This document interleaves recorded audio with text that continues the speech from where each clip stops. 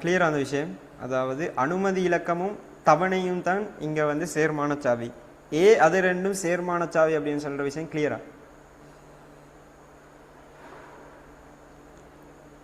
கிளாஸில் வந்து நீங்களும் பேசினா தான் இதாகிக்கும், இல்லை நான் மட்டும் பேசிட்டு போனால் லெக்சர் செய்கிற மாதிரி தான் நீக்கும். ஓகே, ஒருத்தர் ஒவ்வொன்று போட்டிக்கிற.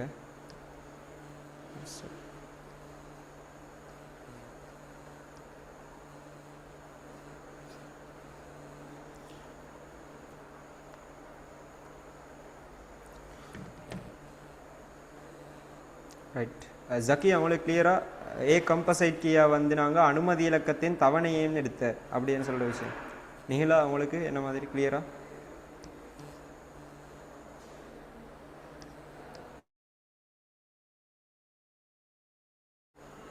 என்னடா டேட்டா பேஸ் பாடம் படிக்க தரக்குள்ள ஒன்று தெரியாமல் அடுத்தக்கு மூவாக இல்லை. இது வந்து கொஞ்சம் மற்ற பாடங்கள் வந்து டிஃப்ரெண்ட்டான ஒரு பாடம். கொஞ்சம் கிரிட்டிக்கலாக வந்து நாங்கள் யோசிக்கணும். ஸோ ஒன்றை விட்டுட்டு அடுத்ததுக்கு போகலாம். எஸ் ஜக்கி அவங்களுக்கு கிளியரா?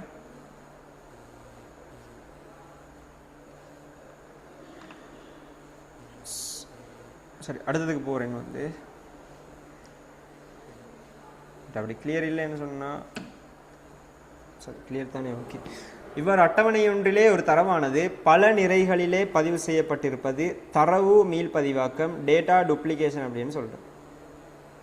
ரைட், தரவு மீள்பதிவாக்கம், டேட்டா டூப்ளிகேஷன்.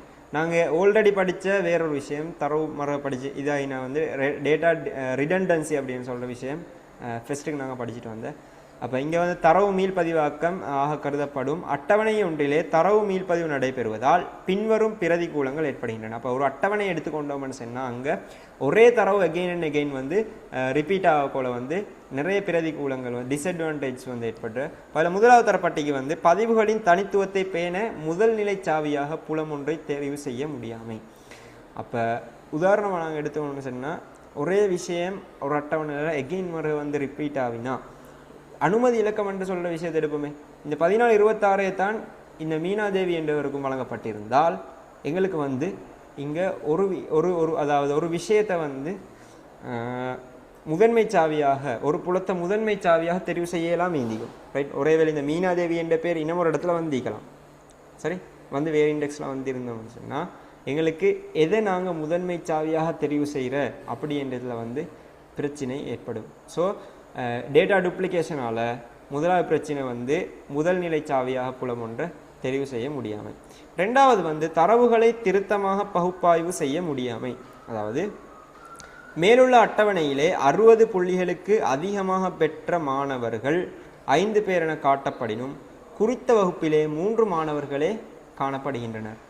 எனவே தரவுகளை திருத்தமாக பகுப்பாய்வு செய்ய முடியும். இங்கே பார்க்கலும் ஒரே அட்டவணையில் நாங்கள் வந்து முதலாம் தவணை ரெண்டாம் தவணை ரெண்டு விஷயத்தையும் வந்து உள்ளடக்கிக்கிறதால ரைட்.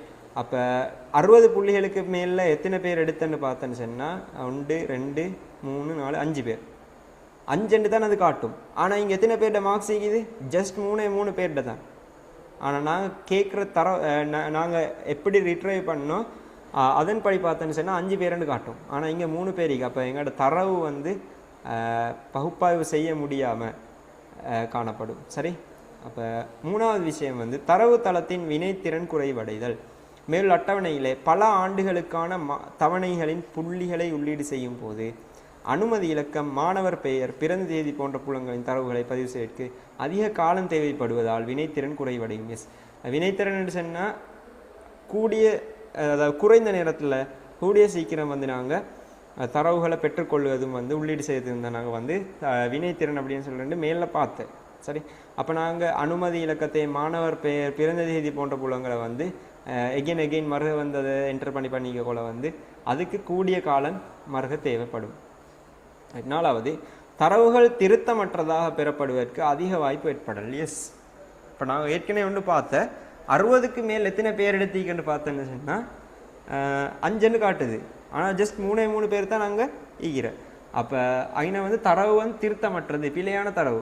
சரி, இப்படியான விஷயங்கள். அதாவது மேல் அட்டவணையிலே ஒரே தரவானது மீள பதிவு செய்யப்படுவதால் திருத்தம் குறைவடைய வாய்ப்புண்டு. உதாரணமாக மாணவர் பெயர் முகமது மரிக்கார் என ஓரிடத்திலும் முகமது மலக்கார் என இன்னொரு இடத்திலும் பதிவு செய்யப்பட வாய்ப்புண்டு. இதனால் திருத்தம் குறைவடையும். அப்போ டைப்பிங் மிஸ்டேக்ஸ் ஆகலாம். சரி, அகெயின் அடிச்சு போகல வந்தது அப்படியே நிறைய பிழைகளுக்கு உட்படுறதுக்கான வாய்ப்புகள் கூடும். 5வது விஷயம் வந்து தரவுகளை உள்ளீடு செய்வது சிரமமாதல். குறித்த மாணவர் பெற்ற புள்ளியை உள்ளீடு செய்ய வேண்டுமெனில் அவரின் பெயர், பிறந்த தேதி போன்ற தரவுகளை மீள உள்ளீடு செய்யப்பட வேண்டும். ரைட். அப்போ ஒத்தர மாணவரோட மார்க்ஸ் தான் எங்களுக்கு என்டர் பண்ணணும்னு சொன்னாலும் நாங்கள் மறுகளும் சும்மா அந்த அவங்களோட பிறந்த தேதியையும் அவங்களோட பெயரையும் வந்து மீள உள்ளீடு செஞ்சு கொண்டிக்க வேண்டிய தேவை. அப்போ அது வந்து தேவையில்லாத ஒரு விஷயம். அப்போ அதால் வந்து கஷ்டம். அதெல்லாம் என்டர் பண்ணி அதை பார்த்து அதை தேடி மிச்சம் சிரமமாக இருக்கும். 6வது வந்து தரவுகளை நீக்கும் போது தவறுகள் ஏற்படல். குறித்த மாணவர் சம்பந்தமான பல பதிவுகள் காணப்படுவதால் அவற்றை நீக்கும் போது தவறுகள் ஏற்படலாம். அப்போ ஒரு மாணவர் பற்றின டேட்டாஸை வந்து நிறைய இருக்கும். உதாரணத்துக்கு வருஷத்துக்கு 3 தவணைகள் நடக்குதுன்னு சொன்னால் அந்த இடத்துல 3 பதிவுகள் சரியாக பதியப்பட்டிருந்தால் 3 பதிவுகள் அங்கே காணப்படும். பதிவுகளை நீக்க போக்கல வந்து ஏன் மற்ற பதிவுகள் நீக்கப்படலாம். சரி, அப்போ அப்படி நிறைய தவறுகள் ஏற்படுறதுக்கான வாய்ப்புகள் வந்து இங்கே. 7வது வந்து தரவுகளை இற்றைப்படுத்த சிரமமாதல். இற்றைப்படுத்த என்று சொல்கிற வேர்ட் வந்து அப்டேட் அப்படின்றத குடிக்கும். சரி, இப்போ அப்டேட்ன்றது தான் நாங்கள் வந்து தமிழ் டேர்ம் வேர்டாக வந்து இற்றைப்படுத்தன்னு சொல்கிறேன். குறித்த மாணவர் சம்பந்தமான பல பதிவுகள் காணப்படுவதால் இற்றைப்படுத்தும் போது ஒவ்வொரு பதிவையும் கருத்தில் கொண்டு இற்றைப்படுத்த வேண்டும். அப்போ ஒரு மாணவன் சம்பந்தமான பல பதிவு, உதாரணம் இங்கே பார்க்கலும் ஒரு மாணவன் டே வந்து 3 தவணைகளோட புள்ளிகள் பதியப்பட்டிருக்கு. சரி, அப்போ அப்படி காணப்படக்கொள்ள வந்து எனக்கு மாற்றணும் 2ஆம் தவணையில் அந்த மாணவன் கணித பாடத்தில் பெற்ற புள்ளி வந்து 80 தரப்பட்டிக்கணும் எப்பவுமே. நான் அதை மாற்றணும் வந்து 70ஆக. அப்போ எனக்கு வந்து அதில் நிறைய சிரமம் வரும். அந்த ஆளை பற்றின ரெக்கார்ட் பதிவே வந்து 3 இடத்துலேக்கு அதில் நான் வந்து 2ஆம் தவணையை தேடி எடுக்கணும். தேடி எடுத்து அதில் தான் அப்டேட் பண்ணணும். மாறி அப்டேட் பண்ணணுன்னு சொன்னால் நிறைய பிரச்சனைகள் வரும். சரி, இப்போ இது ஒரு வந்து இற்றைப்படுதல் ஏற்பட பிரச்சனை. மேலுள்ள பிரச்சனைகள் ஏற்பட ஓர் அட்டவணையிலே எல்லா தரவுகளும் காணப்படுவதே காரணமாகும். எஸ், நாங்கள் வந்து எல்லா தவணைகள்டையும் ஒரே அட்டவணையில் ஒரே டேபிளில் போடு வந்து ஒரு பிரச்சனை. சரி, இப்படியான பிரச்சனை எல்லாத்துக்கும் எல்லாம் வாரத்துக்கு அது ஒரு முக்கியமான காரணம். இதற்காக இவ்வட்டவணையை இன்னும் பல அட்டவணைகளாக பிரிப்பதே சிறந்த தீர்வாகும். எஸ், அப்போ இதை வந்து நாங்கள் வந்து வேறு பல அட்டவணைகளாக பிரித்தா, உதாரணத்துக்கு எடுத்துக்கொண்டு பார்ப்போமே, 1ஆம் தவணைக்கு ஒரு அட்டவணை, 2க்கு வேறு அட்டவணை, 3ஆம் தவணைக்கு இன்னும் ஒரு அட்டவணை, அப்படி பிரிக்கிறது வந்து ஒரு சிறந்த தீர்வு வந்து சொல்லப்படும். ஏன்னு சொன்னால் அப்போ அப்டேட்டை எடுத்துக்கொண்டோமே, அப்டேட் பண்ணணும்னு சொன்னால் 2ஆம் தவணையில் அப்டேட் பண்ணணும்னு சொன்னால் வந்து நாங்கள் அந்த அட்டவணைக்கு போய்த்து அப்டேட் பண்ண இயலும். இந்நிலையில் தரவு மீள்பதிவு நடைபெற காரணமான புலத்தை நீக்கும் முகமாக இவ்வட்டவணையானது 2 அட்டவணைகளாக பிரிக்கப்படும். மாணவர் அட்டவணை, அடுத்தது புள்ளி அட்டவணை அப்படின்னு சொல்லி பார்ப்போம். அப்போ மாணவர் அட்டவணையிலே அனுமதி இலக்கம், மாணவர் பெயர், பிறந்த தேதி போன்ற புலங்கள் காணப்படும். இம்மாணவர் அட்டவணையிலே மாணவர் பெயர், பிறந்த திகதி போன்ற தரவுகள் மீள்பதிவு செய்யப்பட வாய்ப்புண்டு. ஆனாலும் அனுமதி இலக்கம் மீள்பதிவு செய்யப்பட முடியாது. எனவே பதிவுகளை தனித்துவமாக அடையாளப்படுத்த முதல் நிலை சாவியாக அனுமதி இலக்கம் பொருத்தமான புலமாக. இப்போ நாங்கள் இதை 2ஆக பிரிச்சுட்டேன். ரைட், எப்படின்னு சொன்னால் ஒன்று மாணவர் அட்டவணை, அடுத்தது வந்து இங்கே சொன்ன மாதிரி புள்ளி அட்டவணை. சரி, மாணவர் அட்டவணை, புள்ளி அட்டவணை அப்படின்னு சொல்லி பிரிச்சுட்டு மேல் ஏற்பட்ட அந்த பிரதிகூலங்கள் காரணமாக இப்படி பிரிச்சுன்னு சொன்னால் அனுமதி இலக்கம், மாணவர் பெயர், பிறந்த தேதி என்று வந்து மாணவர் அட்டவணை வரும். அப்போ இங்கே ஒருவேளை இந்த கவிதை பிரபாஸ்வரன் பேரில் இன்னொரு புள்ள வரலாம்.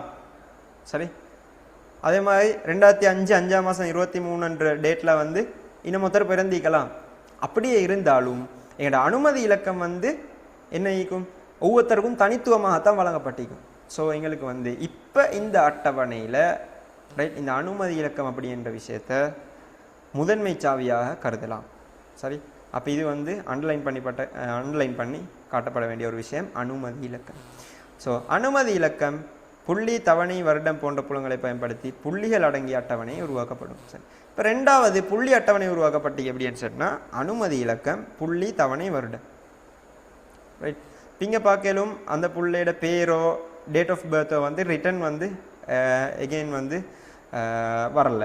சரி, இப்போ அனுமதி இலக்கத்தை லேசாக என்டர் பண்ணிட்டு அவரோட புள்ளியை எத்தனாம் தவணையில் எத்தனாம் வருடம் எங்களுக்கு என்டர் பண்ணலாம். பட் இங்கே வந்து கீழே வாசிக்கல, இங்கே வந்து எங்களுக்கு வந்து எதையும் வந்து ப்ரைமரி கீயாக எடுக்க இயலாம், அப்படி தானே?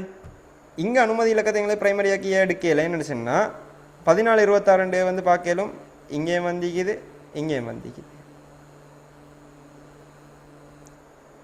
சரி, புள்ளியை வந்து எங்களுக்கு எடுக்கல தானே, புள்ளி வந்து ஒன்றில் தங்கிக்கக்கூடிய ஒரு தர வேண்டிய காரணத்தால்.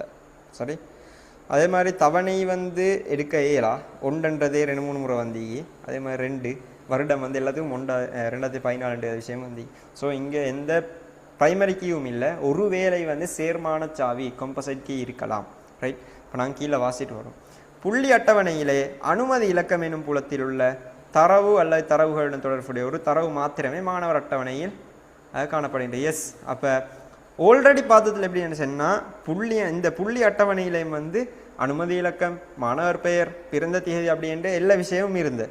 ஆனால் இப்போ அப்படி இல்லை, புள்ளி அட்டவணையில் மாணவரோட அனுமதி இலக்கம் மட்டும் வந்திகி. ஏனென்று சொன்னால் 2 அட்டவணைகளையும் தொடர்பு படுத்த புள்ளி யார் பெற்ற அப்படின்றத வந்து இனம் காண்பதற்காக வேண்டி வந்து இந்த அனுமதி இலக்கம் வந்து இங்கே வந்திகி.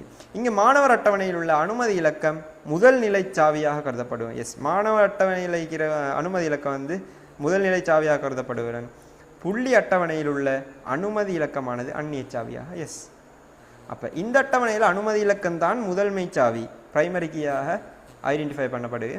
ஆனால் அங்கே இருக்கிற முதன்மை சாவி இனமுறை அட்டவணைக்கு வந்தால் என்ன நடக்கும், அது அந்நிய சாவியாக மாறும். சரி, அப்போ இந்த அட்டவணையில் வந்து இந்த அனுமதி இலக்கம் என்ற விஷயம் வந்து அந்நிய சாவியாக, ஃபொரின் கீயாக, என்னென்னு சொன்னால் 2 அட்டவணையும் தொடர்பு படுத்துகிற காரணத்தால் வந்து இது அந்நிய சாவியாக, ஃபொரின் கீயாக வந்து கருதப்படும். சரி,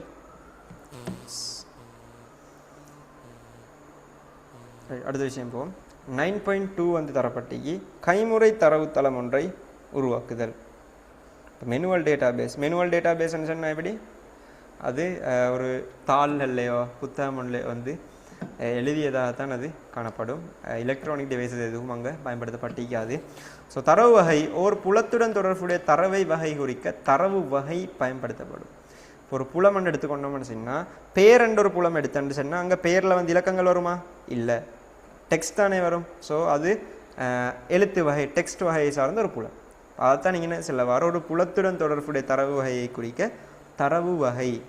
ரைட், நாங்கள் ஆல்ரெடி லாஸ்ட் கிளாஸில் பார்த்த டேட் அண்டிக்கு இது ஷார்ட் டேட், அதே மாதிரி டெக்ஸ்ட், ஷார்ட் டெக்ஸ்ட்னு சொன்னால் 255க்கு குறைவான, அதாவது ஸ்பேஸ் ஆகி சேர்த்தாலும் தான் குறிகளை மட்டும் பயன்படுத்தக்கூடிய வந்து ஷார்ட் டெக்ஸ்ட் அண்டும். அதுக்கு மேலே நாங்கள் என்டர் பண்ணணும்னு சொன்னால் லாங் டெக்ஸ்ட்.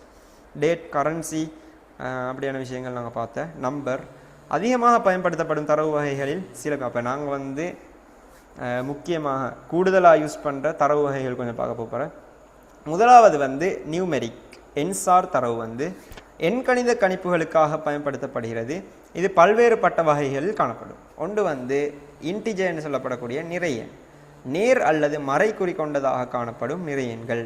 சரி, இப்போ தசத்தில் எல்லாம் வந்து இங்கே பெருமானங்கள் வராது. முழு எண் மறையாய்க்கலாம், நேராய்க்கலாம், அது வேறு விஷயம். தசத்தில் பெருமாய் வராது, நிறையன். அதாவது நேர்நிறை வேணும்னு சொன்னால் என்ன, தசம் இல்லாத நேர் இலக்கங்கள், அதாவது மறை நிறை எண்களும் நேர்நிறை எண்களும் தான் இங்கே பயன்படுத்தப்படும். இது வந்து இன்டிஜர் அப்படின்னு சொல்லப்படுது. இது வந்து எண்சார் தரவுகள் ஒரு வகை தான் இது இன்டிஜர் நிறையன். ஓகே, அதே மாதிரி எண்சார் தரவுல 2வது வகை தரப்பட்டிக்கு ரியல் நம்பர்ஸ், அதாவது மெய் எண்கள், நேர் அல்லது மறை குறி கொண்டதாக காணப்படும் தசமதான பெறுமதிகள். ரைட், அப்போ இங்கே வந்து நேர்மறை தசம எண்கள் வந்து இங்கே காணப்படும். தசம எண்ணில் தசமதான பெறுமதிகள் எண்கள். ரைட், அதாவது நேர் 8.125, அதே மாதிரி மறை 2.64, 4.002 தசத்துடனான பெறுமதிகள் வந்து இந்த ரியல் நம்பர்ஸ். ஓகே, அப்போ நியூமரிக் என்ற எண்சார் தரவுல வந்து இன்டிஜர், ரியல் என்ற 2 விஷயங்கள் காணப்படும். அடுத்த 2வது விஷயம் பாடம், டெக்ஸ்ட். ரைட், எழுத்துக்கள், எண்கள் அல்லது விசேட குறியீடுகளை கொண்டது. எண்கள் பயன்படுத்தப்படினும் எண்களை கணிப்புகளுக்கு உட்படுத்த முடியாது.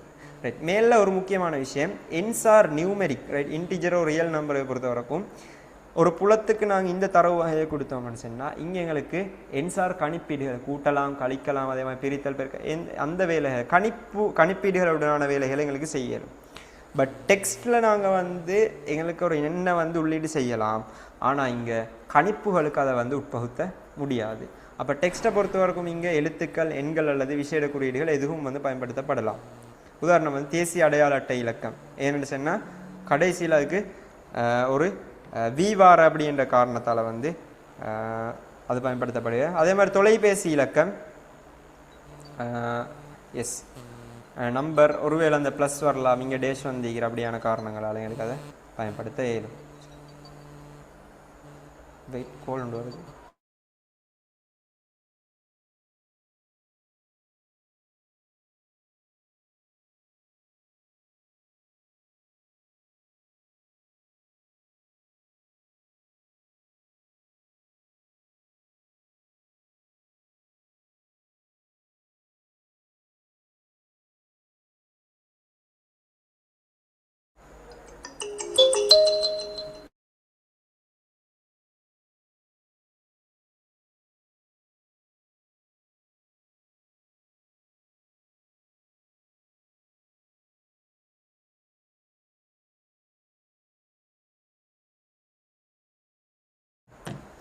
சரி, ஓகே. இப்போ டெக்ஸ்ட்டுக்குள்ளே வந்து எங்களுக்கு எழுத்து, எண்கள், விசேட குறியீடு எதையும் வந்து இன்சர்ட் பண்ணலாம். பட் ஒரு கண்டிஷன் என்னன்னு சொன்னால் கணிப்புகளுக்கு வந்து அதை பயன்படுத்த இயலாம். அடுத்தது வந்து நாணயம், கரன்சி, நாணயமாற்று பெறுமதிகளை வகை குறிக்க இது பயன்படுத்தப்படும். அப்போ இங்கே பார்க்கலும் டொலர், அதாவது நாணயங்களோட கரன்சியோட தொடர்பான விஷயங்கள், டொலர்லையோ ருப்பீஸில் எங்களுக்கு தேவையான அழகை வந்து அங்கே யூஸ் பண்ணலாம். அப்போ பணத்தோட தொடர்பான, கரன்சியோட தொடர்பான விஷயம் வந்து இந்த தரவு வகைக்குள்ளே வரும். அடுத்தது வந்து திகதி, நேரம், டேட் அண்ட் டைம், திகதியையும் நேரத்தையும் வகை குறிக்க வந்து இது பயன்படுத்தப்படும். உதாரணமாக டேட், நாங்கள் ஆல்ரெடி பார்த்த ஷார்ட் டேட், அதே மாதிரி லாங் டேட், அது மாதிரி டைம், இப்படியான விஷயங்கள். அடுத்த பூலியன். ரைட், பூலியன் சொன்னால் வந்து இங்கே இந்த விஷயம் நான் நினைக்கிற மற்றதுகள் ஆல்ரெடி தெரிஞ்சிருந்தாலும் பூலியன் வந்து தெரிஞ்சிக்க வாய்ப்பு குறைவு. உண்மை, ட்ரூ, போய் அடுத்தது ஃபால்ஸ் போன்ற இரு பூலியன் லொஜிக்கல் தர்க்கவியல் பெறுமதிகளை மாத்திரம் வகை குறிக்க பயன்படுத்தப்படும். புலத்தின் பருமன், அப்புலத்தில் பதிவு செய்யப்படும் தரவுகளின் வகை, தரவுகளின் எண்ணிக்கை போன்ற காரணியை அடிப்படையாக கொண்டு மாற்றம் அடையலாம். ரைட், அப்போ இது வந்து ட்ரூ ஃபால்ஸுக்கு வந்து இந்த பூலியன் என்ற விஷயம் பயன்படுத்தப்படுது. அதோட சைஸ் வந்து அங்கீகிற தரவு வகைகளோட அடிப்படையில் வந்து மாற்றம் ஏற்படலாம்.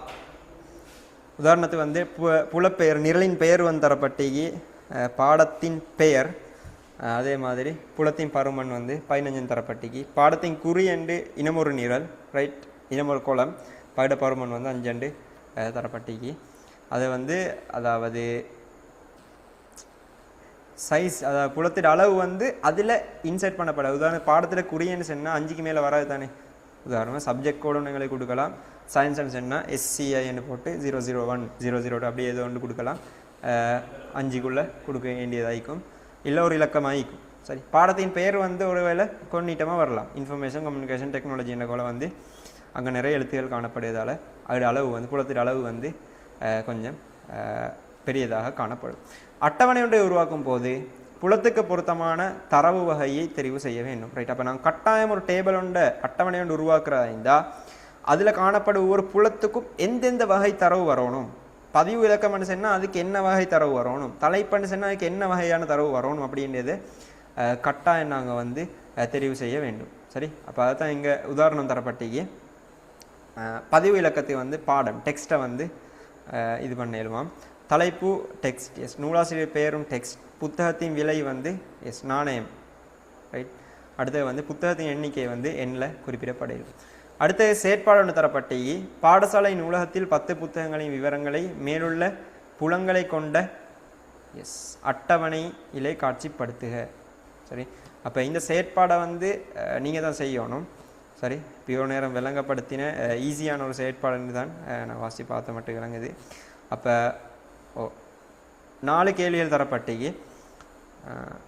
மிச்சம் நல்லம் இப்போ கிளாஸ் முடிஞ்சதோடு எனக்கு செஞ்சு அனுப்பினா நைட்டுக்கு திருத்தி உங்களுக்கு ஆன்சரை கரெக்ஷன் பார்த்து அனுப்பலாம். ஏதாவது டவுட் இருக்குதா?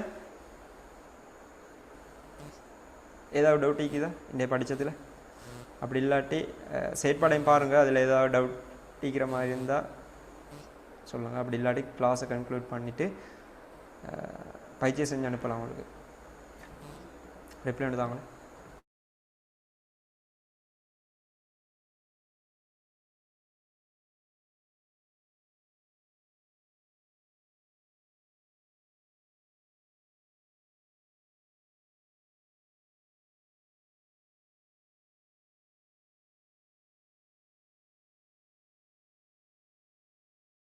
சரி, ஓகே. டவுட்ஸ் ஒன்றும் இல்லைன்னு நினைக்கிறேன். மிச்ச நாள்லாம் இப்போ பயிற்சி செஞ்சு போட்டால் மேக்ஸிமம் நாளைக்குள்ளே எனக்கு வந்து கட்டாயம் பயிற்சி வரணும். இன்றைக்கு வர்றது மிச்சம் நல்ல. சரி, அப்போ ஓகே, கிளாஸை வந்து நான் வைண்ட் அப் பண்ணுறேன். அஸ்ஸலாமு அலைக்கும்.